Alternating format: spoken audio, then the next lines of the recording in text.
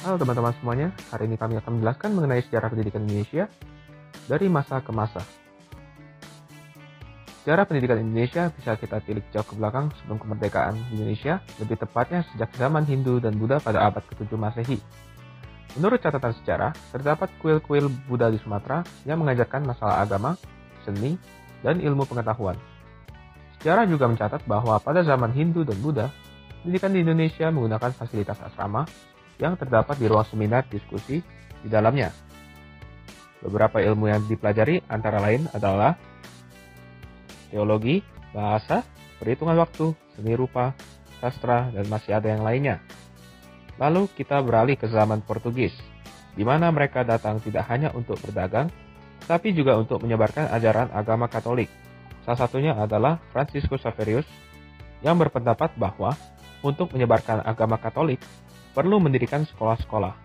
Dengan itu, pada tahun 1536, berdirilah sekolah untuk orang-orang terkemuka, berisi pelajaran agama, baca tulis, dan juga menghitung. Kemudian, sama halnya dengan Portugis, Belanda juga menggunakan sekolah dalam menyebarkan ajaran agama Protestan.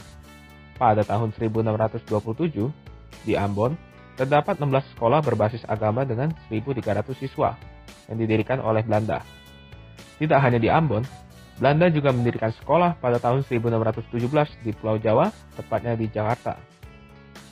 Untuk menghasilkan tenaga kerja yang cakap yang nantinya dapat dipekerjakan di pemerintahan, administratif, maupun gereja milik Belanda.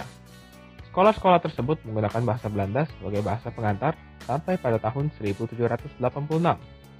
Kemudian pada awal abad 20, Belanda menerapkan 3 jenjang pendidikan dengan berbagai jenis sekolah. Antara lain yang pertama, ada ELS yang merupakan singkatan dari Europees Lagere School untuk sekolah dasar bagi orang keturunan Eropa.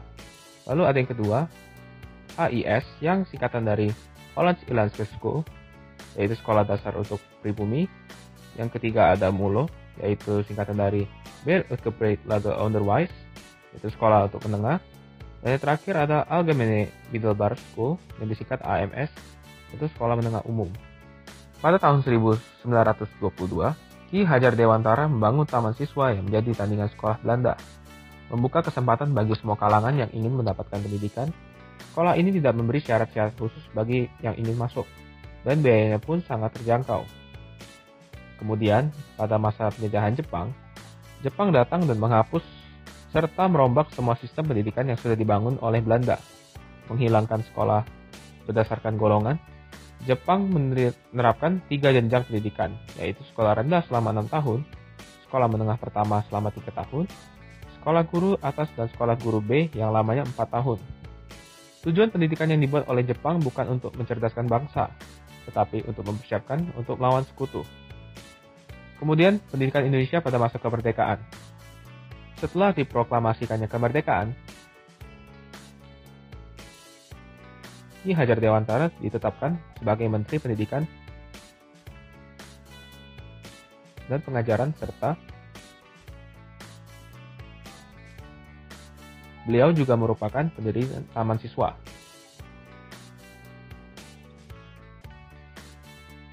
Sistem pendidikan pada awal kemerdekaan melanjutkan apa yang dikembangkan pada zaman kedudukan Jepang.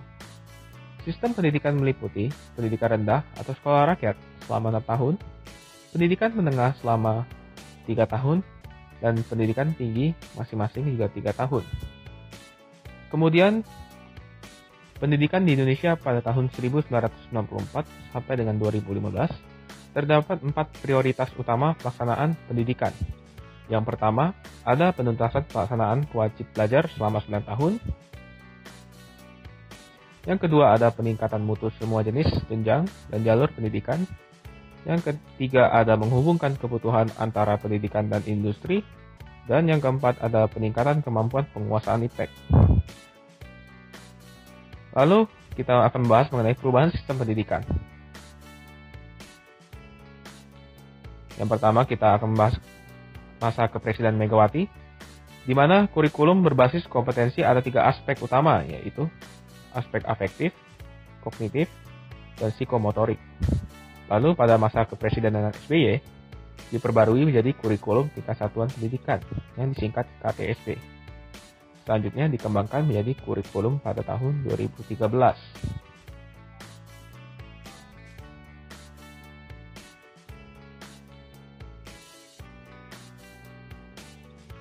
Pada intinya, perkembangan jenjang pendidikan di Indonesia secara umum tidak banyak berubah. Namun, partisipasi pendidikan non-formal semakin meningkat. Demikian penjelasan dari kami mengenai sejarah pendidikan di Indonesia. Terima kasih.